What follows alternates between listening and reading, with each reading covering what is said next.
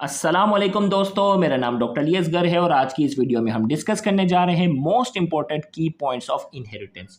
Inheritance chapter के most important की points को आज की इस वीडियो में हम डिस्कस करने जा रहे हैं। तो आइए स्टार्ट करते हैं। याद रखिएगा, की पॉइंट्स की हैसियत एमडी केट के एग्जाम में गेस्ट पेपर की होती है, तो पूरी बुक को डिटेल में पढ़ने के बाद वो तमाम पॉइंट्स जो हमें लगता है कि एमडी केट के एग्जाम में एमसीक्यू बनकर आ सकते हैं, उन तमाम को हम की पॉइंट्स में डिस्कस करते हैं। और की पॉइंट्स के तमाम टॉपिक्स का जो हिस्सा बनना चाहते हैं वो की पॉइंट सीरीज़ में ज़रूर पार्टिसिपेट करें। की पॉइंट सीरीज़ में इस तरह के तमाम चैप्टर्स के की पॉइंट्स वहाँ डिस्कस होते हैं और साथ ही साथ ऑनलाइन टेस्ट भी होते हैं। तो आइए हम स्टार्ट करते हैं मोस्ट इंपॉर्टेंट की पॉइंट्स ऑफ इनहेरिटेंस। इनहेरिटेंस के मोस्ट इंपॉर्टेंट की पॉइंट्स की अगर हम बात करते हैं तो सबसे पहले याद रखिएगा, मेंडल्स ने पी प्लांट पर जो है वो एक्सपेरिमेंट किया था डिफरेंट क्रॉसिंग का। तो मेंडल ने उसके 7 कैरेक्टर्स जो है वो आइडेंटिफाई किए थे पी प्लांट्स में। उसमें पी प्लांट्स के हाइट, उसकी शेप, इसके सीड के कलर, सीड कोट का कलर, पोट जो होता है पी का उसका कलर, उसके कलर की, उसमें इसकी शेप की बात हो रही है और पोट कलर की बात हो रही है और फ्लावर की पोजीशन की। ये 7 कैरेक्टर थे जो मेंडल्स ने उसके आइडेंटिफाई किए थे। अब इसमें डोमिनेट कैरेक्टर क्या था? हाइट में टॉल कैरेक्टर जो था वो डोमिनेट था। सीड की जो शेप थी वो राउंड थी। डिफरेंट एक्सपेरिमेंट से रिजल्ट पता चला, राउंड शेप जो है वो डोमिनेट थी। कलर जो है वो सीड का कलर येलो डोमिनेट था। सीड कोट का जो कलर था वो ग्रीन डोमिनेट था। और पोट शेप जो था वो इन्फ्लेटेड, फुल जब था होता है इन्फ्लेटेड होता है, वो डोमिनेट था। और पोट कलर ग्रीन जो था वो डोमिनेट था। और फ्लावर की पोजीशन एक्सियल थी, सेंट्रल एक्सिस पे थी, वो डोमिनेट थी। जबकि इसके अपोजिट में शॉर्ट, राउंड का रिंकल, येलो का ग्रीन, ग्रीन का वाइट, इन्फ्लेटेड का जो है वो कंस्ट्रिक्टेड और पोट कलर में येलो और फ्लावर पोजीशन में टर्मिनल, ये जो थे वो सारे रिसेसिव कलर थे। अब बच्चों को याद रखना जो है वो बड़ा मुश्किल हो जाता है कि कौन सा जो है वो डोमिनेट था, कौन सा रिसेसिव था। तो एक हमने जो है वो निमोनिक्स बना दिया है, ट्राई गीगाबाइट्स। अब देखो, ट्राई गीगाबाइट्स करके आपने जो है वो डोमिनेट कैरेक्टर ये याद करोगे तो रिसेसिव क्या हो जाएगा, इसका अपोजिट हो जाएगा। ट्राई गीगाबाइट में क्या हो जाएगा, ऊपर डोमिनेट पे आ जाओ, TRY, हाइट में टॉल, सीड की शेप में राउंड, सीड कलर में येलो, ट्राई हो गया। अब giga, green inflated, GIGA, giga हो गया। तो सीड कोट कलर, अब देखो seed coat colour green, pod shape inflated, pod colour green और फ्लावर एक्सियल पोजीशन। तो ट्राई गीगाबाइट्स करके आपने ये याद करना है। अगर डोमिनेट याद हो जाएंगे तो टॉल का अपोजिट आपको मालूम है शॉर्ट, रिसेसिव हो गया। राउंड का अपोजिट रिंकल आपको याद हो जाएगा। अगर येलो है तो अपोजिट कलर ग्रीन हो गया, और अगर ग्रीन है तो अपोजिट कलर व्हाइट हो गया। इसी तरीके से सीड कलर में पोट कलर में ग्रीन है तो येलो हो गया, इन्फ्लेटेड है तो कंस्ट्रक्टेड हो गया और एक्सियल है तो टर्मिनल हो गया। तो ये आपने जो है वो कौन कौन से डोमिनेट कैरेक्टर थे, कौन कौन से रिसेसिव थे, इस निमोनिक से आप आसानी से याद कर सकते हो।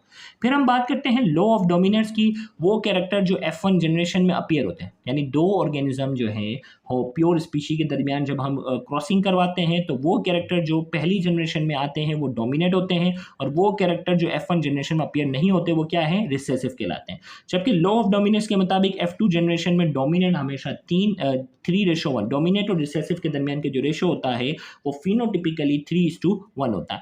ये यहाँ ओबे कर रहा होता है कंप्लीट डोमिनेंस को, यानी एक कैरेक्टर दूसरे कैरेक्टर को कंप्लीटली क्या कर देगा, उसके कैरेक्टर को मास्क कर देगा, दूसरे कैरेक्टर को जाहिर नहीं होने देगा।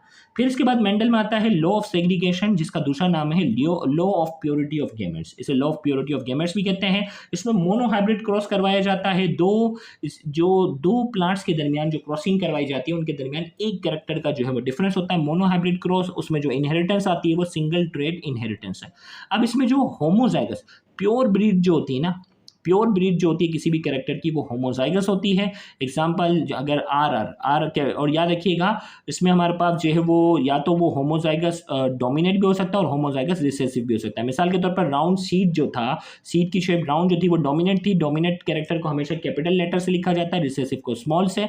तो आर ये होमोजाइगस है, round seeded, small r wrinkle seeded. जबकि हेट्रोजाइगस में क्या होगा, हाइब्रिड और इम्प्योर, उसमें एक जो होगा वो डोमिनेट होगा और एक रिसेसिव होगा। तो ये मिसाल के तौर पर, और उसमें भी कैरेक्टर वही जाहिर होगा जो क्या होगा, डोमिनेट वाला होगा लॉ ऑफ डोमिनेंस के मुताबिक। तो ये राउंड सीडेड आर और आर, तो ये हेट्रोजाइगस और ये क्या है, होमोजाइगस।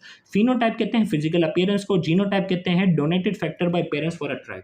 किसी भी कैरेक्टर को डोनेट करने के लिए जो पेरेंट्स ने जो फैक्टर डोनेट किए हैं, जीन डोनेट किए हैं, उसे जीनोटाइप कहते हैं।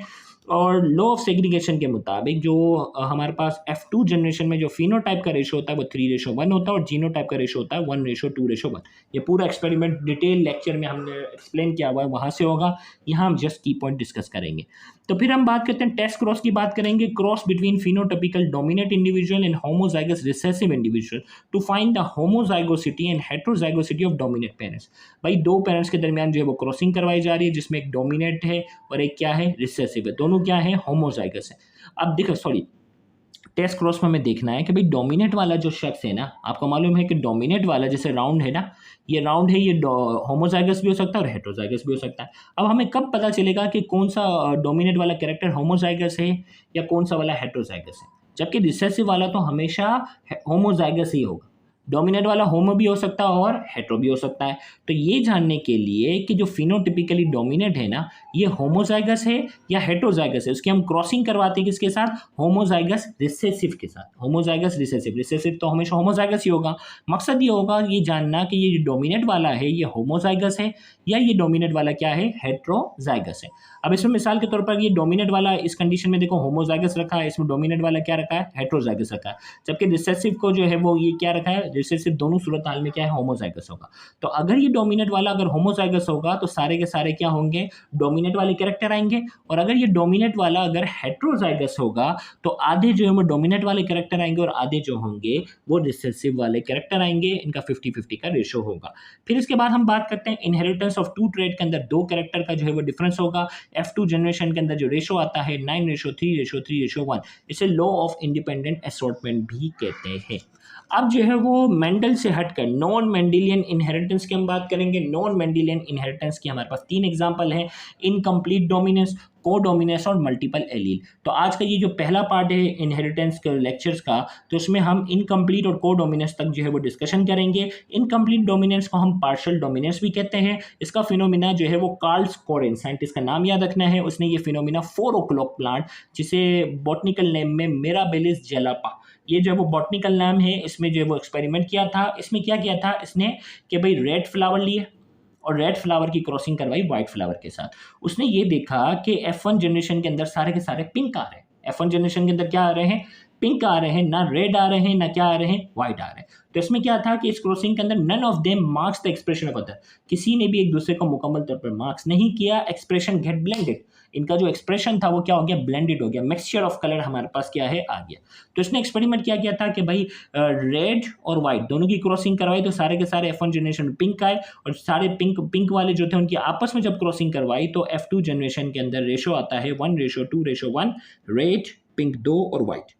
तो ये इस तरह का रेशो था। तो इसने इस फिनोमिना को नाम दिया इनकम्प्लीट डोमिनेंस, जिसे पार्शियल डोमिनेंस भी कहते हैं, क्योंकि इसमें एक्सप्रेशन क्या था, ब्लेंडेड हो गया। और इसमें क्या हो गया, खास बात क्या हो गई, न्यू फिनोटाइप प्रोड्यूस। भाई नए पिंक हो गया ना, पिंक तो फिनोटाइप ही क्या है, अलग है। फिर इसी तरीके से हमारे पास नॉन मेंडेलियन के अंदर एक आ गया को डोमिनेंस। को डोमिनेंस में क्या होगा, both contrasting allele are dominant, दोनों एलील होंगे, express themselves in heterozygous condition. जबकि आपको मालूम है हेट्रोजाइगस कंडीशन के अंदर सिर्फ और सिर्फ डोमिनेट अपने आप को एक्सप्रेस करता है, रिसेसिव अपने आप को एक्सप्रेस नहीं करता है। लेकिन को डोमिनेंस में दोनों एक्सप्रेस करेंगे, neither masking nor blending the effect of another, ना एक दूसरे को मास्क करेंगे, ना कलर जो है वो इसकी तरह यहाँ ब्लेंडेड मिक्स भी नहीं होंगे। अब मिसाल के तौर पे क्या है, R1 जो है, यहाँ हमने सिंबल दिया, बुक में ये सिंबल नहीं दे, सिर्फ समझाने के लिए दे रहा हूँ। Short horn true breeding red cattle, red cattle यानी काऊ की बात हो रही है, रेड कैटल काऊ है, शॉर्ट ट्रू हॉर्न, और दूसरा जो है वो short horn true breeding white bull आप कह दें, ठीक है। अब इनकी जब क्रॉसिंग करवाई जाती है तो क्रॉसिंग करते वक्त F1 जनरेशन के अंदर सारे के सारे आते हैं रॉन कलर। तो स्टार्टिंग में तो लगता है कि ये भी इनकम्प्लीट डोमिनेंस की तरह है, लेकिन जब करीब से देखा गया तो रॉन कलर के जो भी कैटल होते हैं उसमें रेड और वाइट हेयर्स मौजूद होते हैं। यानी कोई एक नया कैरेक्टर सामने नहीं आ रहा, उसके पास क्या है, उसकी स्किन पे जो बाल हैं वो रेड हेयर और वाइट हेयर दोनों जो है वो इक्वल तादाद में है, जिसकी वजह से दूर से लगता है कि ये कलर कौन सा था, रॉन कलर था। तो लिहाजा ये इनकम्प्लीट डोमिनेंस नहीं है, क्या है, को डोमिनेंस है। रेड और वाइट हेयर दोनों इक्वल तादाद में जो है वो जाहिर हुए। अब एग्जाम्पल नंबर 2 को डोमिनेंस के हमारे पास है MN blood type. MN blood type है, इसको डिस्कवर करने वाला दो साइंस है, लेंस स्टीनर एंड लेविन। इन्होंने MN ब्लड टाइप जो है वो मेन के अंदर डिस्कवर किया on the basis of specific gene present in RBCs, red blood cells के अंदर जो स्पेसिफिक जीन है उनकी बेस पर उन्होंने डिस्कवर किया। प्रोड्यूस स्पेसिफिक एंटीबॉडीज, जो कि स्पेसिफिक एंटीबॉडीज जो है वो प्रोड्यूस करती हैं। अब इसमें इसकी इस ब्लड टाइप के मुताबिक फिनोटाइप जो है वो किसी का ब्लड ग्रुप एम होता है, किसी का एन होता है और किसी का एम एन दोनों होता है। जिसका फिनोटाइप एम होता है उसके अंदर जो है वो 2 जीन पाए जाते हैं एम वाले, जिसका एन होता है उसमें दोनों होते हैं, और जिसमें एम और एन होता है उसमें एम भी होता है और एन भी होता है। एंटीजन किस तरह का होता है, फिनोटाइप एम है तो एंटीजन एम का नाम दिया हुआ है, फिनोटाइप एन है तो एंटीजन एन का नाम दिया है, एम और एन का नाम दिया है तो इसके रेड ब्लड सेल की सरफेस पर एम और एन दोनों है। अब यहाँ एक क्रॉसिंग सिर्फ समझाने के तक कहते हैं कि एक फीमेल है जिसका एम एन ब्लड टाइप के मुताबिक ब्लड ग्रुप जो है वो एम है, और एक मेल है उसका ब्लड ग्रुप क्या है, एन है। उनकी अगर शादी हो जाती है तो शादी में क्या हो जाता है, शादी में क्या होता है, एम एन, इनके क्रॉसिंग कराते हैं सारे के सारे बच्चे जो है वो एम एन टाइप वाले आएंगे, सारे के सारे बच्चे क्या आएंगे, एम एन टाइप वाले आएंगे। तो यहाँ हम इसको कंक्लूड करते हैं कि इनकम्प्लीट डोमिनेंस के अंदर क्या था, नई फिनोटाइप बन गई थी ना, पिंक फ्लावर थे, जबकि को डोमिनेंस के अंदर new phenotype does not produce, नया फिनोटाइप नहीं बनेगा, दोनों के दोनों क्या होंगे, इक्वल होंगे। देखें सारे के सारे बच्चे एम और एन आए ना, तो इसका मतलब ये नया फिनोटाइप थोड़ी है, माँ के भी जो है वो जीन इसके अंदर मौजूद है, माँ का भी एंटीजन इक्वली बन रहा है और फादर का भी जीन जो है वो इक्वली बन रहा है। तो ये इनहेरिटेंस का जो है वो की पॉइंट्स का लेक्चर नंबर 1 था। अगर आप तमाम लेक्चर्स का की पॉइंट्स का हिस्सा बनना चाहते हैं तो की पॉइंट सीरीज़ का लाजमी हिस्सा बने। Thank you very much. अल्लाह हाफिज़।